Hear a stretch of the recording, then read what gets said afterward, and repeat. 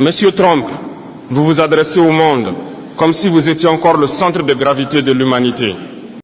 Vous savez, dans la vie, les plus forts gouvernent les plus faibles. Les plus forts dominent les plus faibles. Et c'est comme ça la vie. Si vous regardez bien la vidéo précédente, Donald Trump vient de frapper au Nigeria très fort. Mais les autorités derrière, ils n'ont rien dit. Parce qu'ils savent que celui-là, il est plus fort que nous. Nous devons l'obéir. On ne peut pas l'affronter.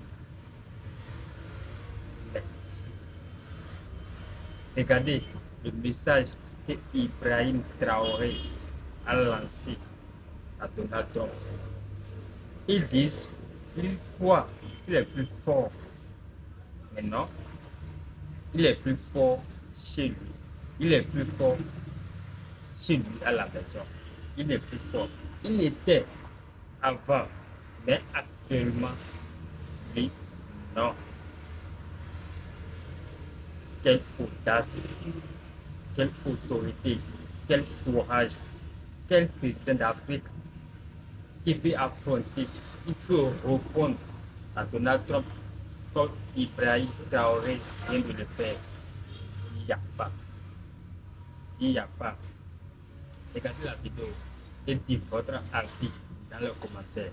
Ouais, le gars, il est déterminé, il est courageux. Bravo à lui. Écoutons la vidéo. Une histoire plus qu'intéressante. Ne perdons pas le temps. Allons directement dans le vif du sujet.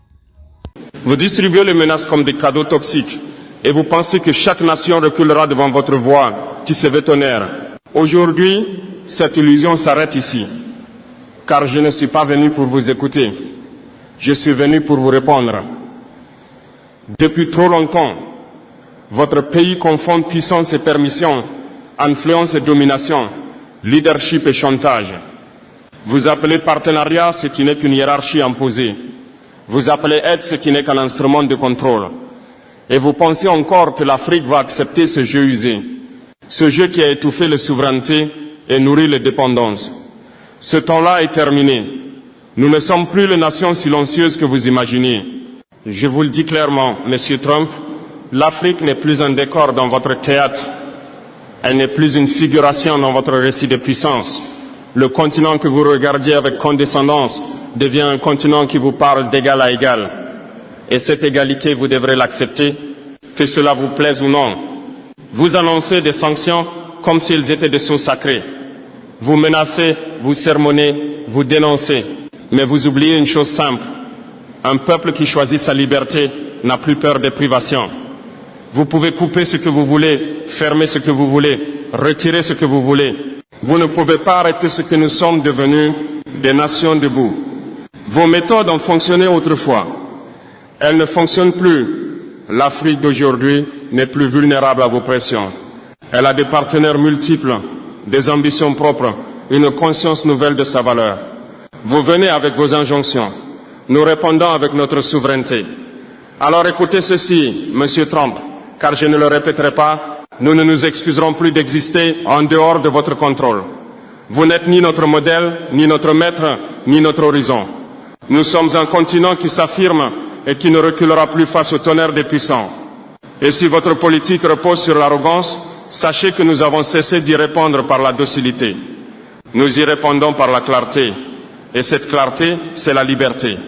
Monsieur Trump, vos déclarations résonnent comme des ultimatums, comme si les nations devaient plier devant votre volonté. Mais écoutez bien ceci, la souveraineté n'est pas un marché, elle n'est pas une négociation, elle n'est pas un service que l'on vous doit, elle est le fondement même des peuples libres. Et ce fondement, vous ne l'ébranlerez pas. Vous pensez encore qu'elles feront trembler les nations. Peut-être autrefois,